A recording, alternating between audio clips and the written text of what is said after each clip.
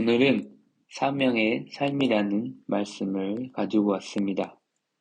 우리가 이 세상에서 오래 사는 것도 중요합니다. 건강하게 사는 것도 중요하지만 보람있게 산다는 것이 더 중요합니다. 아무리 오래 살면서도 인생에 보람이 없었다면 오래 살았다는 건 별 의미가 없습니다. 여러분 인생은 짧게 사는 것보다 오래 사는 게 좋지만 오래 사는 것보다 더 귀한 것은 보람있게 사는 것입니다.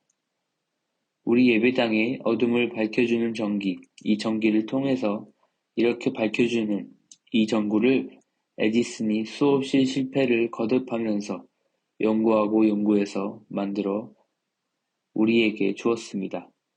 이렇게 되어질 때 에디슨의 연구는 얼마나 보람있는 겁니까? 그런가 하면 이상하게도 저 병원에서는 똑같은 병을 못 고치는데 이 병원에서는 고친다 할 때 그 병원은 얼마나 보람이 있겠느냐 그 말입니다. 내 병원에 오는 사람마다 병 고침을 받고 건강해서 돌아간다면 보람 있는 일이 아니겠습니까? 그런데 우리가 공부를 했더니 정말 공부를 하는 것이 보람 있다고 할 때 공부한 사람은 공부한 보람을 느낄 수 있는 것입니다. 우리가 1년을, 10년을, 30년을 예수를 믿었더니 보람이 있다고 할 수 있어야 합니다. 이처럼 보람 있는 믿음 생활이 되어야 하지 않겠습니까? 그런데 30년을 믿었어도 아무 보람이 없었다면 30년 동안 믿었다는 건 아무 뜻이 없습니다. 이렇게 되지 않기 위해서 사명 있는 삶을 살아야 되지 않을까 싶습니다. 사명이 있는 삶으로 살아가려면 어떻게 해야 되는지 말씀을 나누고자 합니다. 오늘 전도서 11장 1절에서 8절 말씀을 살펴보도록 하겠습니다. 오늘 본문 말씀 역시 지혜 안에 있는 자의 지혜로운 삶입니다. 다시 말하면 구원받은 자의 바른 삶이라고 할 수 있겠습니다. 특별히 오늘 말씀을 하나님께 받은 사명을 어떻게 감당하며 살 것인가 초점을 맞추어 살펴보고자 합니다. 첫 번째입니다. 최선을 다해 영적 이윤을 남기는 삶입니다. 전도서 11장 3절의 말씀을 보겠습니다. 구름들이 비로 가득하면 땅 위에 쏟아져 스스로를 비우며 나무가 남쪽으로나 북쪽으로나 쓰러지면 그 나무가 쓰러지는 곳에 거기에 그것이 있으리로다. 3절은 2절에 무슨 재앙과 연관되어 해석되어질 필요가 있습니다. 2절에 무슨 재앙, 개인의 삶의 종말 또는 세상의 종말로 이해할 수 있습니다. 하나님이 언제 우리를 부르실지 알 수 없습니다. 세상의 종말이 언제 올지 우리는 알 수 없습니다. 3절에서 중요하게 강조되는 부분은 비우며와 쓰러지는 입니다. 구름들은 최대한의 수분을 머금게 되면 비를 뿌립니다. 그 안에 있는 모든 수분을 다 비우게 됩니다. 또한 아무리 큰 나무라도 쓰러질 때가 있습니다. 그 어떤 사람도 영원히 사는 사람은 없습니다. 우리에게는 인생의 종말뿐 아니라 이 세상의 종말도 예언되어 있다는 사실을 생기할 필요가 있습니다. 전도서 11장 4절의 말씀을 보겠습니다. 풍세를 살펴보는 자는 파종되지 못할 것이요 구름만 바라보는 자는 거두지 못하리라. 바람을 살피는 것은 중요합니다. 일반적으로 팔레스타인에서 서풍이나 북서풍 또는 남서풍이 불 때 비가 왔습니다. 그러므로 팔레스타인의 농부들은 몸에 씨앗을 뿌리기 위해서 바람의 방향을 주의 깊게 살폈습니다. 만일 농부가 바람을 잘못 읽어서 비가 오지 않을 때에 씨를 뿌리면 그 농부는 큰 손실을 입을 수밖에 없습니다. 그러므로 농부는 주의 깊게 바람을 살핀 후에 적절한 때를 선택해서 씨를 뿌렸습니다. 그러나 본문에 나온 농부는 지나치게 소심하고 우유부단했습니다. 그는 날마다 바람을 살펴보면서 씨를 뿌리기에 좋은 날을 기다렸습니다. 그는 바람이 심하게 불면 태풍이 볼 것을 염려했고 바람이 불지 않으면 비가 오지 않을 것을 걱정했습니다. 때로 비교적 씨를 뿌리기에 좋은 때가 왔지만 그 농부는 더 좋은 때가 올 것이라고 생각하고 씨를 뿌리지 않았습니다. 그리고 그는 이 땅에 이런 핑계 저런 핑계에 들태면서 씨를 뿌리지 않다가 결국 씨를 뿌릴 시기를 놓쳐버리고 말았습니다. 그러므로 이 구절은 핑계와 변명을 강조한 구절인 것입니다. 전도서 11장 4절의 말씀은 마태복음 25장 14절에서 30절의 달란트 비유를 생각나게 합니다. 하나님께서는 우리가 이 세상에 살아갈 때 각자에게 사명을 주셨습니다. 그러므로 1차적으로 자신에게 주어진 사명이 무엇인가를 알 필요가 있습니다. 하나님의 섭리 가운데 생각해보면 오늘 나에게 주어진 삶이 곧 사명일 수 있습니다. 가정에서의 위치, 직장에서의 위치, 교회에서의 섬기는 직분이 나의 사명일 수 있습니다. 우리 각자에게 주어진 삶을 최선을 다할 필요가 있습니다. 오늘 나에게 주어진 삶을 최선을 다해 살 필요가 있습니다. 하나님은 여러 날 뒤에 반드시 우리의 삶에서 열매를 찾으시는 분입니다. 두 번째입니다. 하나님의 주권과 인간의 책임의 균형 잡힌 삶입니다. 5절과 6절에서 강조된 어구는 알지 못하느라입니다. 우리는 아이배인 여자의 태 속에서 아이가 어떻게 생성되고 자라는지 알지 못합니다. 그러나 하나님은 아십니다. 아침에 씨를 뿌리면 어떻게 자라는지 우리가 알지 못합니다. 그러나 하나님은 아십니다. 하나님은 주권적으로 일하십니다. 하나님의 놀라운 능력으로 우리의 인생과 역사를 주도해 가십니다. 이 말씀은 또한 마가복음 4장 26절에서 29절입니다.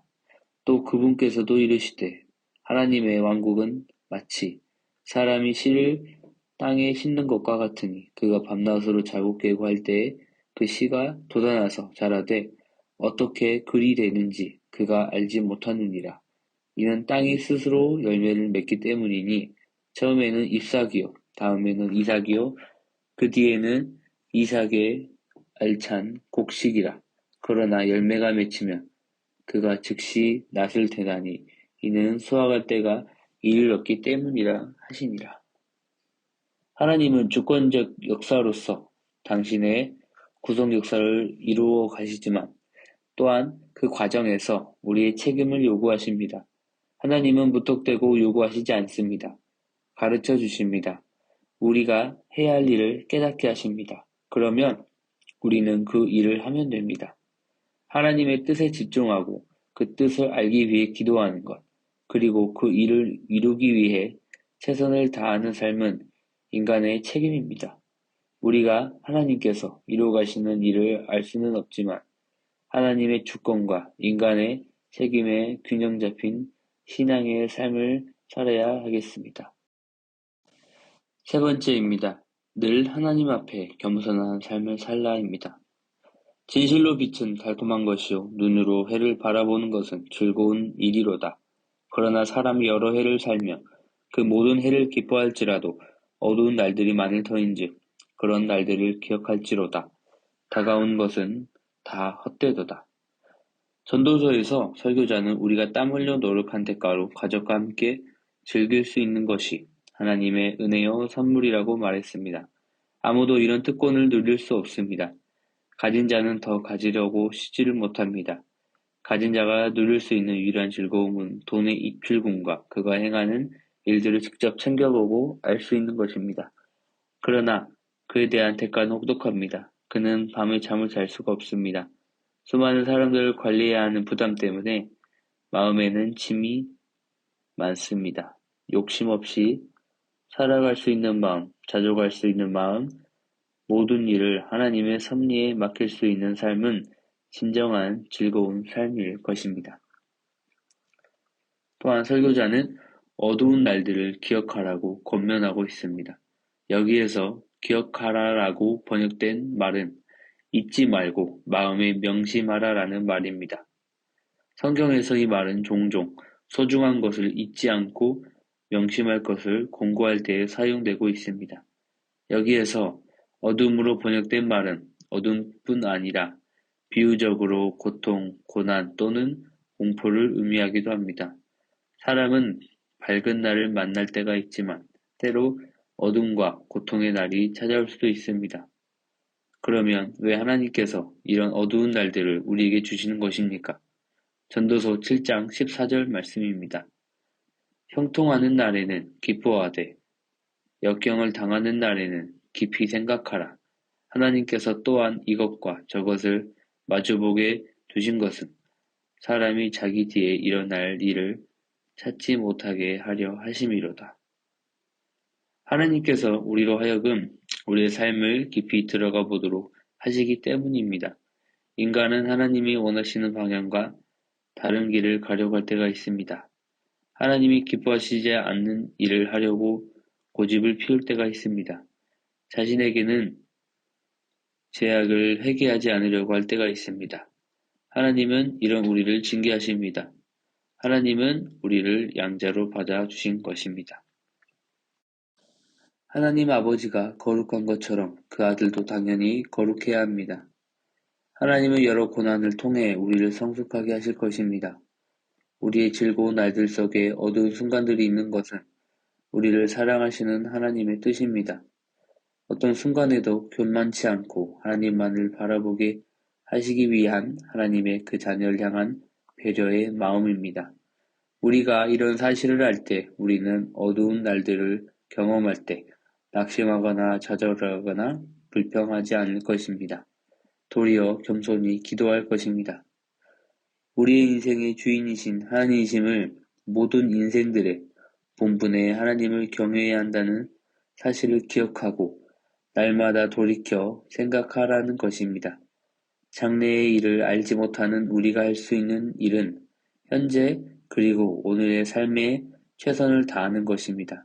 그 다음 죽음 이후에 있을 삶에 대해서는 주님의 주권에 달려 있습니다.